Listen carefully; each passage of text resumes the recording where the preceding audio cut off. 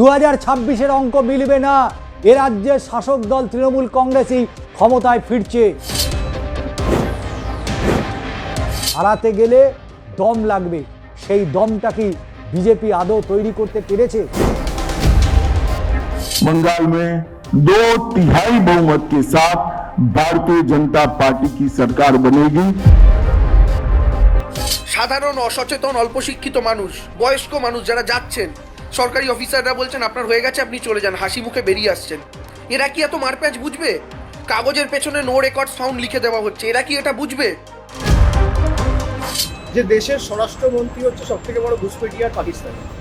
আমার কথা না, যে বিজেপির সাংসদকে বিজেপির বিধায়করা নির্বাচিত করে সংসদে পাঠিয়েছে সেই বিজেপির সাংসদ বলছে। আমি প্রথমে বলি, এটা খুনের মামলার আসামি হয়ে জেলে ছিল, তার কাছ থেকে জেলের কথা শুনবো? খুনের মামলার আসামি। 2026-এর বিধানসভা নির্বাচনে হই হই করে ক্ষমতায় ফিরবে শাসক দল তৃণমূল কংগ্রেস। 2026-এর বিধানসভা নির্বাচনের আগে যে কর্মকাণ্ড ঘটছে বাংলার মাটিতে, তা বাংলার মানুষ কিন্তু চোখে চোখ রেখে দেখছে। প্রধানমন্ত্রী নরেন্দ্র মোদী থেকে শুরু করে কেন্দ্রীয় স্বরাষ্ট্রমন্ত্রী অমিত শাহ, তারা কিন্তু শহর কলকাতায় জেলার বুকে বৈঠক করে যাচ্ছেন। তারা টার্গেট দিয়ে যাচ্ছেন। এ টার্গেট তো 2016 সালের পর থেকে একাধিকবার নির্বাচনের আগে দিয়ে গিয়েছিলেন। কোথাও আপকি বার 200 পার, বাংলায় ক্ষমতায় আসছে। 21-এর বিধানসভা নির্বাচনের আগে এ রাজ্যে বারবার এসছেন প্রধানমন্ত্রী থেকে স্বরাষ্ট্রমন্ত্রী, রাজনাথ সিং থেকে শুরু করে উত্তরপ্রদেশের মুখ্যমন্ত্রী যোগী আদিত্যনাথ, তারা বারবার এসছেন, বারবার টার্গেট ফিক্সড করে দিয়ে গেছেন। সে 2024-এর লোকসভা নির্বাচন হোক বা 2021-এর বিধানসভা নির্বাচনে হোক, বারবার টার্গেট দিয়েছে এবং সেই টার্গেট ফেল করেছে। এবারেও টার্গেট দিয়েছে 2/3 ভোট বাংলায় নাকি বিজেপি পেতে চলেছে। সত্যি নাকি এমন কিছু ঘটতে চলেছে 2026-এর বিধানসভা নির্বাচনে? বাংলার মানুষকে কি বোকা পেয়েছেন মোদি বাবু? অত সহজ নয়। বাংলার মানুষ তারা রাজনৈতিক সচেতন মানুষ, তাদেরকে গোল গোল ঘুরিয়ে ভোটে তাদেরকে নিয়ে আসা যাবে না। এসআইআর করেছেন, যে এসআইআর এর মধ্য দিয়ে লক্ষ লক্ষ মানুষের নাম বাদ যাচ্ছে। আর কেন্দ্রীয় স্বরাষ্ট্রমন্ত্রী থেকে প্রধানমন্ত্রী, তারা মতুয়া দরদ তাদের উতলে পড়েছে। কেন? মতুয়ার বাইরে এই বাংলার আর কোনো মানুষ নেই। ঘোষ হতে পারে, বোস হতে পারে, ভট্টাচার্য হতে পারে, মজুমদার হতে পারে, দে হতে পারে, দাস হতে পারে, মণ্ডল হতে পারে। তাদের কথা আপনি ভাববেন না, শুধু মতুয়াদের কথা ভাবলেই হবে আপনার? রুদ্ধদ্বার কক্ষে বৈঠক করেছেন এবং সেই বৈঠকে মতুয়াদের ব্যাপারটা তিনি বুঝে নেবেন বলেছেন। কেন্দ্রীয় স্বরাষ্ট্রমন্ত্রী, আপনি তো এক চোখে দেখছেন, এক চোখে বাংলার মানুষকে দেখা যাবে না।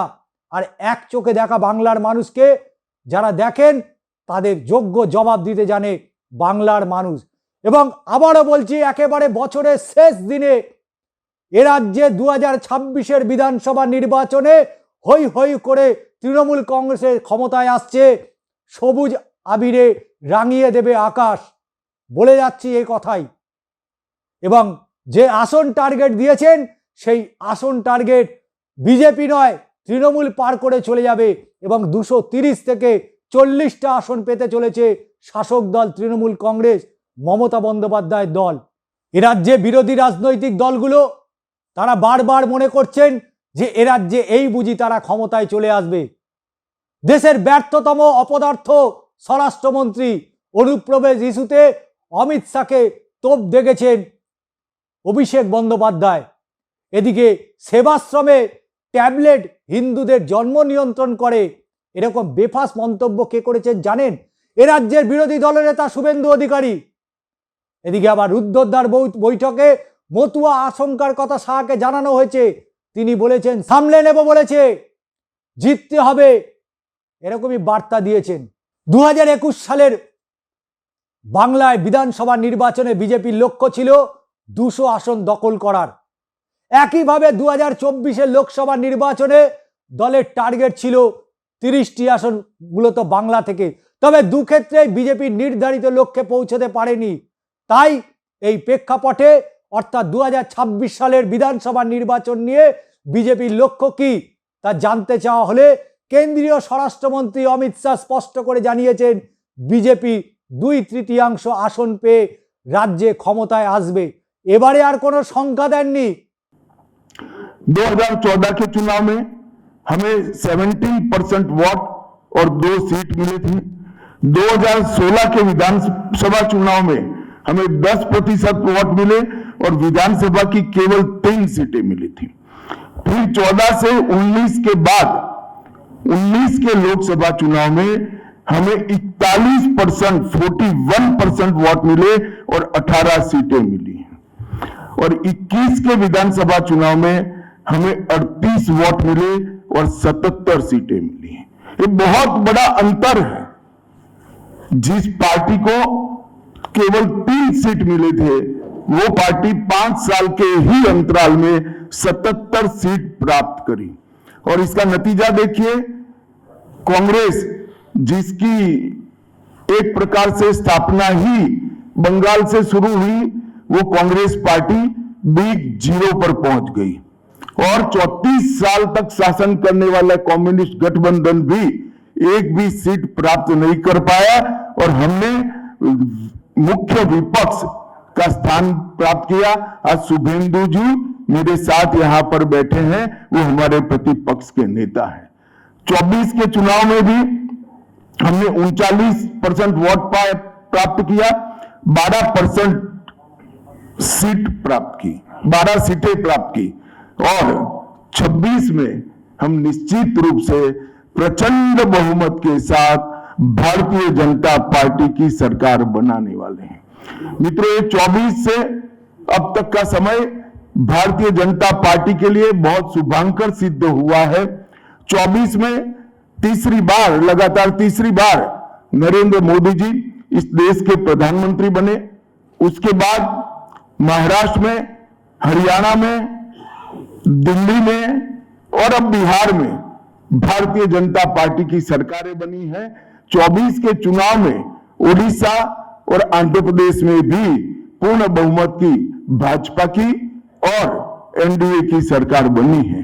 मुझे पूरा भरोसा है कि 2026 में बंगाल में 2/3 बहुमत के साथ भारतीय जनता पार्टी की सरकार बनेगी। ये बंगाल की जनता तय कर बैठी है। যদিও তিনি নির্দিষ্ট করে কতটা আসন পাওয়া যাবে সে বিষয়ে কোনো পরিসংখ্যান উল্লেখ করেননি। কেন উল্লেখ করেননি? আপনি যখন জেনে গেছেন যে 2/3 আসন পেতে চলেছে বাংলায়, তাহলে সংখ্যা বললেন না কেন? তৃণমূলকে আক্রমণ করতে গিয়ে সেবাশ্রম প্রসঙ্গে বিতর্কিত মন্তব্য করেছেন এ রাজ্যের বিরোধী দলনেতা শুভেন্দু অধিকারী। তিনি কি বলেছেন? বিস্ময়কর ব্যাপার। সেবাশ্রয় শিবিরে ট্যাবলেট খাবেন না, ওতে হিন্দুদের জন্ম নিয়ন্ত্রণের ঔষধ মেশানো রয়েছে। এ কি শুনছি? নিজের বিধানসভায় অর্থাৎ নন্দীগ্রাম সেবাশ্রম শিবিরে ঘোষণায় বিজেপি যে প্রবল চাপে পড়ে গিয়েছেন বিরোধী দলনেতার কথায়, তা প্রমাণিত, এমনটাই দাবি করছে শাসক দল তৃণমূল কংগ্রেস। বাংলার মানুষকে এতটা বোকা ভাববেন না। বাংলার মানুষ তারা জানেন কিভাবে যোগ্য জবাব দিতে হয়। পরিসংখ্যান যা বলছে 2024, 2021, 2016, 2019 বিভিন্ন পরিসংখ্যান যদি আমরা মিলিয়ে দেখি, বারবার তৃণমূল কংগ্রেসের বিরুদ্ধে অভিযোগ এসছে, কিন্তু মানুষ তৃণমূল কংগ্রেসকেই বেছে নিয়েছে। আপনারা জানেন নারদকাণ্ড, সেই নারদকাণ্ডে এ রাজ্যের মন্ত্রী নেতা প্রত্যেককেই টাকা নিতে দেখা গিয়েছিল।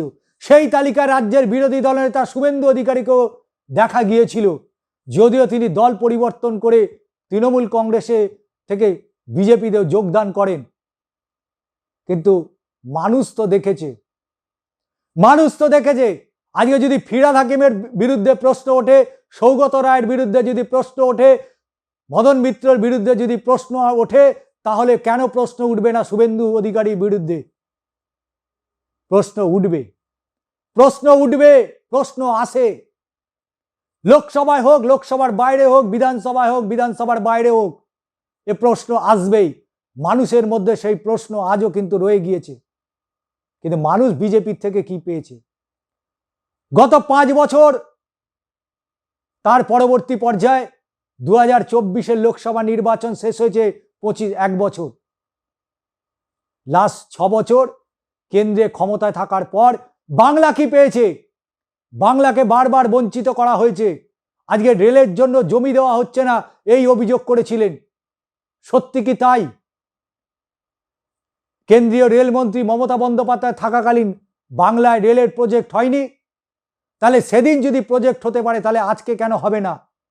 দল দেখে দেন, বাংলায় ক্ষমতায় আসবেন। আরে বাংলায় ক্ষমতায় আসতে গেলে মানুষের কথা বলতে হবে, বাংলার মানুষের কথা বলতে হবে, তাদের ভবিষ্যতের কথা বলতে হবে। সে কথা আপনারা বলেন, সাদা কাগজে লিখে দেন, সেই লিখে কখনো স্বরাষ্ট্রমন্ত্রী পড়ছেন, কখনো প্রধানমন্ত্রী পড়ছেন, প্রতিরক্ষা মন্ত্রী পড়ছেন, কাগজ দেখেই তো পড়ছেন। এদিকে বাংলার যারা পরিযায়ী শ্রমিক ভিন্ন রাজ্যে গিয়ে তারা মার খাচ্ছেন, তাদেরকে মৃত্যুবরণ করতে হচ্ছে। অথচ সেই বাংলাতে এসে বাংলা দখলের টার্গেট দিয়ে যাচ্ছেন। অত সহজ? বিজেপি 2021-এর নির্বাচনে 74টি আসন পেয়েছিল, মমতা বন্দ্যোপাধ্যায় সরকার 215টি আসন পেয়েছিল। কিন্তু মনে রাখতে হবে 2026-এর অঙ্কটা মিলবে না। 2026-এর অঙ্ক মিলবে না। এ রাজ্যের শাসক দল তৃণমূল কংগ্রেসই ক্ষমতায় ফিরছে, এর কোনো রকম কোনো অন্যতা হবে না। কেন?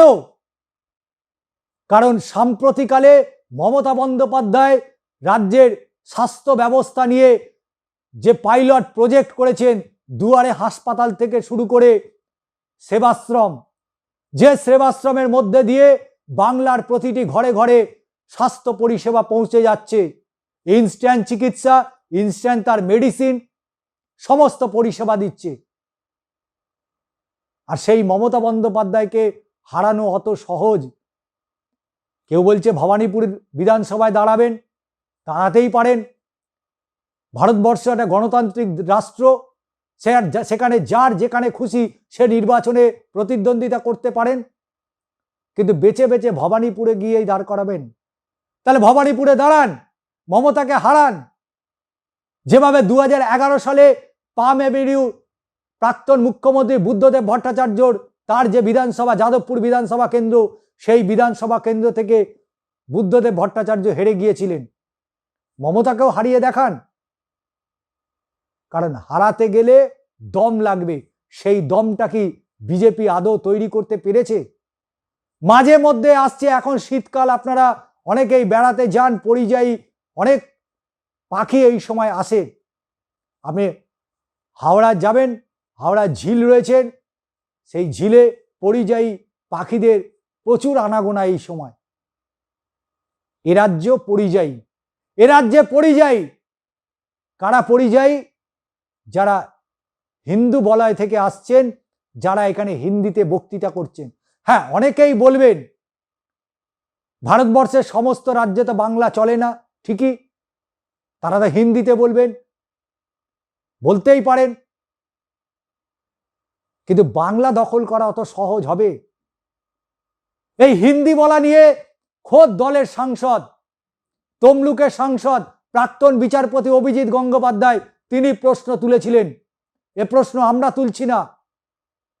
মমতা বন্দ্যোপাধ্যায়ের হাতে স্বাস্থ্যসাথী থেকে খাদ্যশ্রী, যুবশ্রী, কন্যাশ্রী, লক্ষ্মীর ভাণ্ডার, কত তো প্রজেক্ট আছে, পথশ্রী, প্রতিটা এই জনমুখী প্রকল্প মানুষ নিচ্ছেন, মানুষ পাচ্ছেন।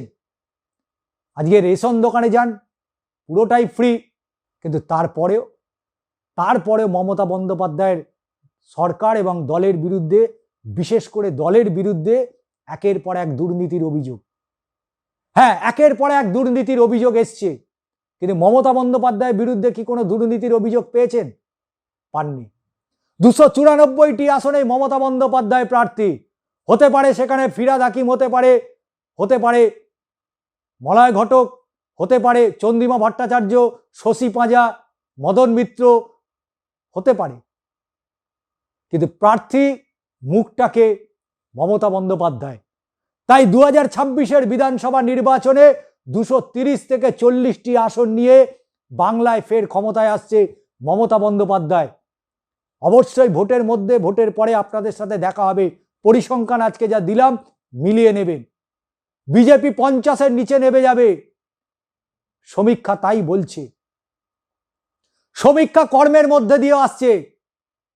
হতে পারে ভারতবর্ষের, বাংলার প্রতিটা মানুষ কোনো না কোনো রাজনৈতিক দলের সমর্থক হতেই পারেন, কিন্তু তা বলে কেউ একটা মসজিদ করে দিল, হৈ হৈ করে মানুষ তাকে ভোট দিয়ে দেবে, সে একটা দল গড়ে ফেললো, হৈ হৈ করে মানুষ তাকে ভোট দিয়ে দেবে, আর সমস্ত সংখ্যালঘু সমাজ রেড়ে করে চলে যাবে হুমায়ুন কবির পেছনে, সেখানে হুমায়ুন কবিরকে জিতিয়ে বিধানসভায় মুখ্যমন্ত্রীর চেয়ারে তিনি বসবেন।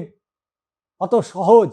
বাংলায় যদি মন্দির, মসজিদ, গির্জা করে সরকার গঠন করা যেত, তাহলে ভুরি ভুরি মন্দির, মসজিদ, গির্জা হতো, বাংলায় আর কোনো জমি পাওয়া যেত না, অন্তত ঘরবাড়ি করার জন্য। তাই মমতা বন্দ্যোপাধ্যায়ের, তার যে ভাবনা, তার যে চিন্তা, এবং তার মাথা থেকে বেরোনো একের পর এক পাইলট প্রজেক্ট, যে প্রজেক্টের মধ্যে দিয়ে বাংলার মানুষ কতটা উপকৃত হয়েছে তারা জানেন। হ্যাঁ, নিন্দুকেরা তো অবশ্যই বলবেন চপ শিল্প, ঘুগনি শিল্প, কাশফুলের বালিশ হবে, তোষক হবে। হ্যাঁ বলেন, আপনারা বাড়িতে বলেন না মাঝে মধ্যে, এমন কিছু কথা বলে ফেলেন। যে কাজ করে তার ভুল হয়, আর যারা কাজ করে না তাদের কোনোদিন ভুল হয় না। যারা বলে তাদের অবশ্যই ভুল ভ্রান্তি হতে পারে, কিন্তু যারা মুখে লিকোপ্লাস আটকে থাকে তাদের কোনো ভুল হয় না। মমতা বন্দ্যোপাধ্যায় 24x7 মানুষের জন্য সার্ভিস দিয়েছে, দেয়। তাই মমতা বন্দ্যোপাধ্যায়ের বিকল্প বিজেপিতে ছিল না, থাকবেও না। কারণ বিজেপিতে নিজেদের মধ্যে যে গোষ্ঠীদ্বন্দ্ব, সেই গোষ্ঠীদ্বন্দ্বের জন্যই বিজেপি আজ শূন্যতে গিয়ে দাঁড়িয়ে গেছে। আজকে অমিত শাহ এসছেন, তার সাথে বৈঠক করেছে সুকান্ত, দিলীপ ঘোষ, শুভেন্দু অধিকারী, শ্রমিক ভট্টাচার্য, সবাই বৈঠক করেছে, আরো হয়তো অনেকেই বৈঠক করেছেন। কিন্তু সেই বৈঠকে যে টার্গেটের কথা দেওয়া হয়েছে, যে পরিসংখ্যানের কথা তাদেরকে বলা হয়েছে, তার একটাই কারণ, এসআইআর। প্রধানমন্ত্রী নরেন্দ্র মোদী থেকে কেন্দ্রীয় স্বরাষ্ট্রমন্ত্রী অমিত শাহ, তারা যে বারবার আসছেন শুধু এসআইআর এর জন্য। তারা বুঝে গেছেন যদি এসআইআরটা ঠিকঠাক করে হয়, তাহলে বাংলার বিজেপি ক্ষমতায় আসতে বেশি সময় লাগবে না। কিন্তু একটা কথা স্পষ্ট করে জানিয়ে রাখি, এসআইআর দিয়ে বাংলার মানুষকে জয় করা যাবে না। আপনি সিএ এনআরসিও করেছিলেন, সিএ এনআরসিতে করার চেষ্টা করেছিলেন, আজকে মতুয়াদের নিয়ে এত আপনাদের চিন্তা, এত ভাবনা, কিন্তু বাকি বাংলায় কি ওই একটা জায়গা রয়েছে, রানাঘাট, বনগাঁ, শুধু এইটুকু অংশ? তাহলে দক্ষিণবঙ্গ, উত্তরবঙ্গ, উত্তর 24 পরগনা, দক্ষিণ 24 পরগনা, তারা কি বানের জলে ভেসে এসছে? মমতা বন্দ্যোপাধ্যায় তাদের পাশে আছে, এবং সেই কারণেই মমতা বন্দ্যোপাধ্যায় 26-এ 230 থেকে 40টা আসন নিয়ে ক্ষমতায় ফিরছে। হৈ হৈ করে বাংলায় ক্ষমতায় আসবে শাসক দল তৃণমূল কংগ্রেসই। তারা ক্ষমতায় ছিল, তারাই ক্ষমতায় থাকবে। অমিত শাহ কলকাতায় এসেছিলেন, কেন্দ্রীয় স্বরাষ্ট্রমন্ত্রী, এবং তার বক্তব্য, সেই বক্তব্যটাও যেমন শোনাবো, শুনবেন। এসআইআর নিয়ে বাংলায় যেভাবে চলছে, শুধুমাত্র মতুয়াগড়ে তাদের ভোট বাঁচাতে আপ্রাণ চেষ্টা চালাচ্ছেন প্রধানমন্ত্রী থেকে স্বরাষ্ট্রমন্ত্রী, কিন্তু এসআইআর নিয়ে কি হচ্ছে সেটাও দেখাবো, এবং দেবাংশু ভট্টাচার্য তিনি কি বলেছেন সেটাও আপনাদের শোনাবো। আপনারা যারা যারা এসআইআর ক্যাম্পে যাচ্ছেন, সাবধান থাকুন। নো রেকর্ডস ফাউন্ড লেখা মানে আপনি যে ডকুমেন্টগুলো জমা দিচ্ছেন ওগুলো মুড়িয়ে ডাস্টবিনে ফেলে দেবে। আর নির্বাচন কমিশনকে বলবে আমরা কোনো ডকুমেন্ট পাইনি। এখানে কারা? রাজ্য সরকারের মধ্যে ঢুকে থাকা সিপিএমের কমরেড, বিজেপির বন্ধুরা, যাদের মমতা ব্যানার্জি চাকরিচ্যুত করেননি, এই সব অসভ্যগুলো, এই কাজগুলোর সঙ্গে যুক্ত কয়েকজন, তার উপরে নির্বাচন কমিশন তো আছেই। আমার কোথাও গিয়ে মনে হচ্ছে সোশ্যাল মিডিয়া অ্যাকাউন্ট ট্র্যাক করে কিংবা বিভিন্নভাবে খোঁজ খবর করে সার্ভে করে বিজেপি তৃণমূল সমর্থকদের তালিকা তৈরি করেছে, যারা তৃণমূলের ভোটার বা সাপোর্টার। কারণ সোশ্যাল মিডিয়া অ্যাকাউন্ট অ্যানালিসিস করেও বার করা যায়। বেছে বেছে তাদের নামে নোটিশ ইস্যু হচ্ছে এবং তাদেরকে ডাকা হচ্ছে। এবং অদ্ভুত ব্যাপার শুনুন, যে ফর্মটা নিয়ে ওখানে কাজ হচ্ছে তাকে দিয়ে সব টিক ফিক দেওয়ালো, করার পর ও যে 5টা ডকুমেন্ট জমা দিল, ফর্মে কোথাও লেখার জায়গা নেই যে এই 5টা ডকুমেন্ট তার থেকে পাওয়া গেছে, টিক করা জায়গা নেই। 2 নম্বর বক্তব্য, এই যে ফর্মে কোথাও নোটেড হলো না ওর সামনে ফর্মগুলো, ওই ডকুমেন্টগুলো জমা দিয়েছে, তাহলে ও যেই ডকুমেন্টগুলো জমা দিয়েছে সেই প্রমাণটা কোথায়? ভবিষ্যতে যদি এই লোকগুলো অস্বীকার করে না আমরা তো কোনো ডকুমেন্টই পাইনি, তাহলে কি প্রমাণ হবে? কে প্রমাণ করবে? আমার বন্ধু আমাকে তাই ফোন করে বলেছে, আমি ব্যাপারটা টেক আপ করলাম, বিভিন্ন জায়গায় ইনফর্ম করার মতো করেছি, সংবাদ মাধ্যমকে জানিয়েছি, সর্বত্র দলীয় উচ্চ নেতৃত্বকেও জানিয়েছি। কিন্তু আপনারা আমার একটা কথা বলুন, সাধারণ অসচেতন অল্প শিক্ষিত মানুষ, বয়স্ক মানুষ যারা যাচ্ছেন, সরকারি অফিসাররা বলছেন আপনার হয়ে গেছে আপনি চলে যান, হাসি মুখে বেরিয়ে আসছেন, এরা কি এত মারপ্যাঁচ বুঝবে? কাগজের পেছনে নো রেকর্ডস ফাউন্ড লিখে দেওয়া হচ্ছে, এরা কি এটা বুঝবে? কারণ আমার হাতে তো আর কোনো কাগজ নেই, আমি জাস্ট গেলাম, কাগজ জমা দিলাম, বেরিয়ে এলাম।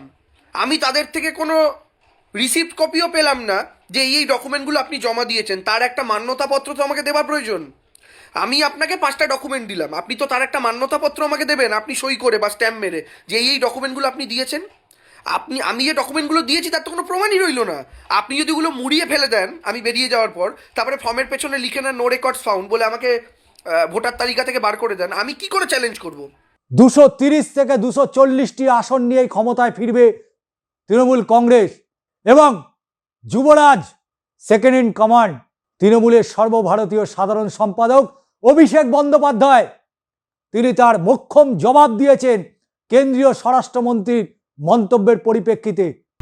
উনি অনুপ্রবেশ নিয়ে যে কথাগুলো বলেছেন, আমি অমিত শাহকে অনুরোধ করব যে দয়া করে উনার রাজ্যসভার এমপি 2 দিন আগে যে বক্তব্য রেখেছেন অনন্ত মহারাজ, তার কথাটা মন দিয়ে শুনতে। 2 মাস আগে তাদেরই লোকসভা এমপি জগন্নাথ সরকার যে কথাটি বলেছে সেই কথাটি মনোযোগ দিয়ে শুনতে। আমি বলছি না, 50 জনের বেশি বিজেপির এমএলএ যে রাজ্যসভার সাংসদকে পদ্মফুল চিহ্নে জিতিয়ে রাজ্যসভায় পাঠিয়েছে, সেই বিজেপির সাংসদ অনন্ত মহারাজ বলছেন যে দেশের স্বরাষ্ট্রমন্ত্রী হচ্ছে সবথেকে বড় ঘুষপেটিয়া আর পাকিস্তানি। আমার কথা না, যে বিজেপির সাংসদকে বিজেপির বিধায়করা নির্বাচিত করে সংসদে পাঠিয়েছে সেই বিজেপির সাংসদ বলছে। 2 মাস আগে লোকসভার সাংসদ রানাঘাটে জগন্নাথ বাবু, সে বলছে যে বিজেপি যদি বাংলায় ক্ষমতায় আসে তাহলে আর বর্ডার বলে কিছু থাকবে না, সেই বর্ডার অমিত শাহ সিকিউর করার জন্য মমতা বন্দ্যোপাধ্যায়কে দায়ী দিচ্ছে। যে বিজেপি দলের সাংসদ বলছে যে যদি বাংলায় বিজেপি ক্ষমতায় আসে তাহলে ওপার বাংলা আর এপার বাংলায় এক করে দেবো, কোনো কাঁটাতারের বেড়া আর থাকবে না। কে বলছে? জগন্নাথ মজুমদার। আমি বলছি না, তৃণমূল বলছে না, বলছে বিজেপির নির্বাচিত সাংসদ। বিজেপি কি তার বিরুদ্ধে কোনো শোকজ নোটিশ সার্ভ করেছে? বিজেপির সর্বভারতীয় সভাপতি বা দলের নেতৃত্ব কি তাকে দল থেকে বহিষ্কার করেছে? বিজেপির নেতৃত্ব তার বিরুদ্ধে কোনো রকম কোনো ব্যবস্থা নিয়েছে? এখনো পর্যন্ত রাজ্যসভার সাংসদ অনন্ত মহারাজকেও শোকজ করা হয়নি, আর আমি যতদূর জানি জগন্নাথ বাবুকেও শোকজ করা হয়নি। তা অমিত শাহ আগে তাদের দলের বিধায়ক লোকসভা এবং রাজ্যসভা তাদের সাথে কথা বলুক, তারপরে সব বলুক। এদিকে অমিত শাহ তিনি যে মন্তব্য করেছেন সেই মন্তব্যের পরিপ্রেক্ষিতে তৃণমূল কংগ্রেসের মুখপাত্র কুণাল ঘোষ তিনি কি বলেছেন সেটা একবার শুনুন। দেশের স্বরাষ্ট্রমন্ত্রী অমিত শাহ তার আরেকবার ব্যর্থ হতে চলা বঙ্গ সফরে এসে শুনলাম খুব আক্রমণ করেছেন এবং আমার নামও উচ্চারণ করেছেন। আমি প্রথমেই বলি, এটা খুনের মামলার আসামি হয়ে জেলে ছিল, তার কাছ থেকে জেলের কথা শুনবো? খুনের মামলার আসামি অমিত শাহ, যখন উনি জেলে ছিলেন তখন খুনের মামলার আসামি। মামলা কিভাবে এগিয়েছে টেগিয়েছে সেগুলো সারা দেশের লোক জানেন। তো সময় দিন না, তারপর দেখতে পাবেন। আর মানুষও জানেন, যারা তদন্তকারী অফিসার তারা জানেন, যারা বিচারক, যাদের কাছে মহামান্য বিচারকদের কাছে কেস ডায়েরি যায় যে আমি আদৌ অপরাধী না নিরপরাধ, আমার একাধিক মামলা শেষ হতেও শুরু করেছে। ফলে এইসব কুৎসা গায়ে লাগছে না, যুক্তি দিয়ে কথা বলা। অনুপ্রবেশ, আপনি মশাই স্বরাষ্ট্রমন্ত্রী, আপনার বিএসএফ, অনুপ্রবেশ হলে আপনি ব্যর্থ। ত্রিপুরায় অনুপ্রবেশ নেই, মিথ্যা কথা বলছেন। কিছুদিন আগে রোহিঙ্গা ধরা পড়েছে, বাংলাদেশি ধরা পড়েছে, ত্রিপুরাতেও আছে অনুপ্রবেশ। আর দুর্নীতি নিয়ে কথা বলছেন, জেলখাটা আসামি, খুনের মামলার আসামি অমিত শাহ। যে আপনারা যাদের দিকে আঙুল তুলেছেন দুর্নীতিগ্রস্ত বলে, ভিডিও দেখিয়েছেন পশ্চিমবঙ্গে, আজকের যিনি বিরোধী দলনেতা, মহারাষ্ট্র, সারা দেশে, আসাম, যাদের বলেছেন তাদের এগেনস্টে তদন্ত চাই, হাজার হাজার কোটি টাকার দুর্নীতি অনেকে, তাদেরকেই তারপরে ওয়াশিং মেশিন বিজেপিতে নিয়ে তাদেরকেই পদ দিয়ে আবার বড় বড় কথা বলছেন। যাদের ক্যামেরায় দেখা যাচ্ছে টাকা নিচ্ছে, তাদের নিয়ে বসে আছেন, আপনি আবার অন্যদের দিকে তাকিয়ে কথা বলছেন। আমি কুণাল ঘোষ জ্ঞানত কোনো অন্যায় করিনি। জেল খুনের মামলায়, জেল খাটা মামলার আসামি, জেলে ছিলেন খুনের মামলায়, ঘটনাচক্রে আজকে দেশের স্বরাষ্ট্রমন্ত্রী হয়েছেন। কথা বলবেন ভেবেচিন্তে কথা বলবেন। এবং আজকের এই ভিডিওতে এই বক্তব্যগুলো যেমন অত্যন্ত গুরুত্বপূর্ণ, তার সঙ্গে অবশ্যই বছরের শেষ দিনে এটাই বলবো, তৃণমূল কংগ্রেস 230 থেকে 40টি আসন নিয়ে ফের 26-এ ক্ষমতায় আসছে। এবং অমিত শাহ থেকে প্রধানমন্ত্রী, তাদের যে বক্তব্য, সেই বক্তব্য এবং তৃণমূল কংগ্রেসের যে বক্তব্য, দুটো একবার শুনুন তারা কি বলছেন, তাতেই আপনারা স্পষ্ট হয়ে যাবেন। জবাব দেওয়ার জন্য তৈরি রয়েছে, যেমন বলবে তেমন শুনবে, যেমন করবে তেমন পাল্টা খাবে। অর্থাৎ ইট মারলেই পাটকেল যে খেতে হবে, এ কথা বারবার বলছে তৃণমূল কংগ্রেস, এবং ইট মেরেছে, পাটকেলও দিয়েছে।